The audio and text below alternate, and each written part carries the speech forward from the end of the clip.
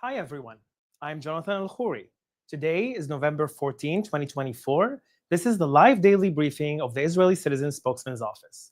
We are live on Instagram, X, YouTube, and LinkedIn, and available afterwards wherever you get your podcasts.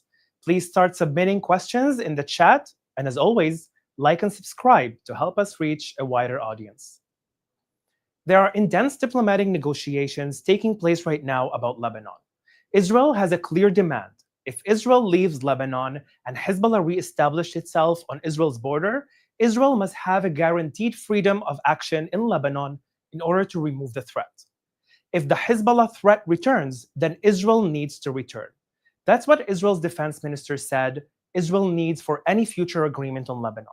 He said, Israel demands the right to independently enforce and act against any terrorist activity and organization. France's foreign minister rejected Israel's demand. He said, if Israel returns to Lebanon, it means Lebanon isn't a strong country. Well, that's the point. Lebanon isn't a strong country. Lebanon is a country occupied by Iran via its terror army Hezbollah. Hezbollah's army is more powerful than Lebanon's army. Hezbollah uses Lebanon as a base for murdering people in Israel and in Lebanon. Hezbollah murders anyone in Lebanon who they see as a threat to their control. In 2005, Hezbollah assassinated Lebanon's former Prime Minister Rafik al-Hariri. Israel cannot return to the reality that existed on October 8, 2023. That's when Hezbollah joined Hamas's attack. Israel wasn't in Lebanon then. That's why Hezbollah was able to fire over 15,000 Iranian rockets, missiles, and drones. That's why 60,000 people in Israel had to flee their homes. That's why Hezbollah has been able to aim guided missiles at houses. France didn't protect Hariri or the people in Lebanon from Hezbollah. No one did. France did nothing to protect the people of Israel from Hezbollah. No one pushed Hezbollah away from Israel's border. That's why Israel is doing it now. The people of Lebanon dream of a future without war. They know that Hezbollah must disarm. But Israel can't leave Lebanon unless we know that Hezbollah won't be back. Israel's people are under attack from Iran's Hezbollah terror. So are the people of Lebanon. Tomorrow needs to be one without Iranian control of Lebanon for the sake of both countries. I just saw an incredible video. Israel's troops were about to engage Hezbollah terrorists. Then, UN forces in Lebanon approached in trucks. The Israeli soldiers were shocked to see them. They asked the UN soldiers, who sent you here? Who sent you here now? An Israeli news crew embedded within the Israeli soldiers caught that bizarre encounter on camera.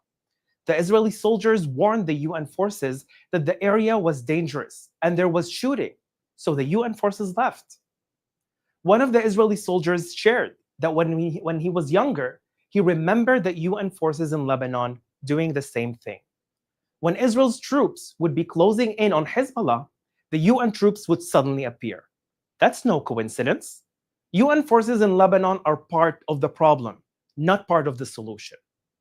The UN forces are known as UNIFIL, the United Nations Interim Forces in Lebanon. UNIFIL is another UN agency that hasn't done its job. Quite the opposite. UNIFIL was supposed to prevent Hezbollah from being armed, from being near Israel's border, and certainly from firing at people in Israel. Instead, UNIFIL looked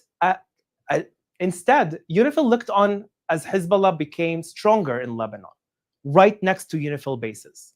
And UNIFIL did nothing to stop Hezbollah's over 15,000 Iranian rockets, missiles, and drones. That's why Hezbollah has been able to wage war for so long. The UN has always done nothing. Now, let's take some questions from our audience watching live on social media. Thank you, Jonathan. This is a question we received from X. There's a video circulating online showing an Israeli airstrike near the international airport in Beirut, Lebanon. How do you justify this with the claim that Israel is doing everything in its power to avoid civilian casualties? Well, this video basically proves that Israel is doing everything in its power in order to prevent civilian casualties in Lebanon, because Israel sends warnings through its Arabic spokesman to tell people in specific areas to evacuate in order not to be harmed when Israel is striking a building that belongs to Hezbollah or being operated by Hezbollah terrorists. That video just proves that life continues in Lebanon and civilians that aren't part of Hezbollah will not be harmed.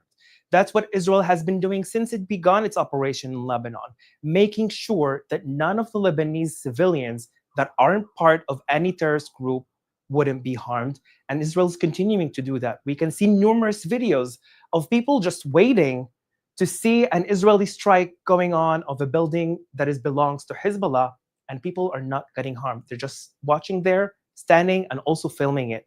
This is the proof that Israel is doing everything in its power to prevent Lebanese casualties.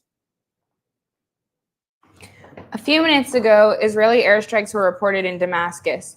What are your thoughts on this report? Is there a connection between what's happening in Lebanon and what's happening in Syria? Thank you for this amazing question, because it goes on beyond saying that Syria has been part of the problem. Syria is a base, is a hub for Hezbollah to transfer weapons from the Islamic Republic of Iran to Hezbollah in Lebanon through Syria. We have seen numerous times where Syria just let it happen and go over to Lebanon. Israel is doing everything in its power in order to prevent Hezbollah from regain its powers again, to regain missiles that are being sent from Iran, to regain powers by getting drones that are sent by the Islamic Republic of Iran. And Israel has every right to protect its citizens. That's its only job to do right now, to protect us Israeli civilians. And Syria is definitely part of the problem. That's why Israel has to make sure that Syria would stop giving weapons to Hezbollah. This is a question we received from YouTube. The IDF said this morning that 15 trucks of aid from the UAE entered northern Gaza. Is Israel still cooperating with the UAE? What's the relationship like between Israel and the UAE today? That's a great question, because it just shows that Israel is continuing to support and want peace in the region. When Israel did the Abraham Accords, it did it of a good faith, that it wanted quiet and prosperity in this region. The UAE continued to have that peace agreement, although Israel was under attack, and is continuously responding back against terrorists and eliminating them. The UAE has proved itself that it's a really important ally. One, it could really help out in the day after when the war ends, but also, as right now, it basically shows that Israel and the UAE are still having good relationships, because Israel is letting the UAE bring support and supplies to Gaza, both through air, we have seen it numerous times, but also through the border with Israel. And that's something that is really important. Israel is looking to expand the Abraham Accords. We've seen Bahrain joining after the UAE announced they're gonna sign a peace agreement and normalization with Israel, also Morocco, also Sudan, and hopefully that in the near future, and this is my personal dream as a Lebanese, as a former Lebanese citizen, to see also Lebanon being part of the Abraham Accords 2.0. This is what we need in this area. This is what we need in this region. We are sick of wars. We don't want to be able to live every day as if it's our last day, because a missile might hit us by Hezbollah terrorists. And that's why this cooperative in the Middle East that is being done by Israel and other Arabic countries, other Muslim countries, just proves that we're able to have peace only if we sit down together and negotiate with each other. And that's what we need to have also with Lebanon. Thank you, Jonathan. This is our final question. Now that you've joined the Israeli Citizen Spokesperson's office, what's next for you? Oh, that's a great question. I'm single, so if if you have anyone to share, basically, I see myself as a bridge between communities. I'm Lebanese, I'm Israeli, I'm Christian, I'm part of the LGBTQ plus community, and this is something that I've dedicated my life in order to become a voice for people that are afraid to speak out, both in Israel and both abroad, especially inside of Lebanon, that just want to be live and let live. That's something that I really hope to expand in the future.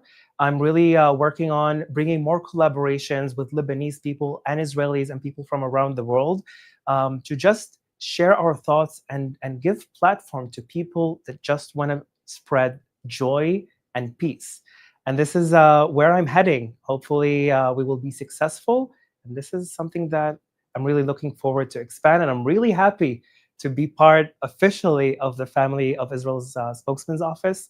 It's a really true honor. And I want to thank you very much for watching us. We'd also like to announce that we have a new Spanish language channel. The links are going to be in the description and our platforms. That's all we have time for today.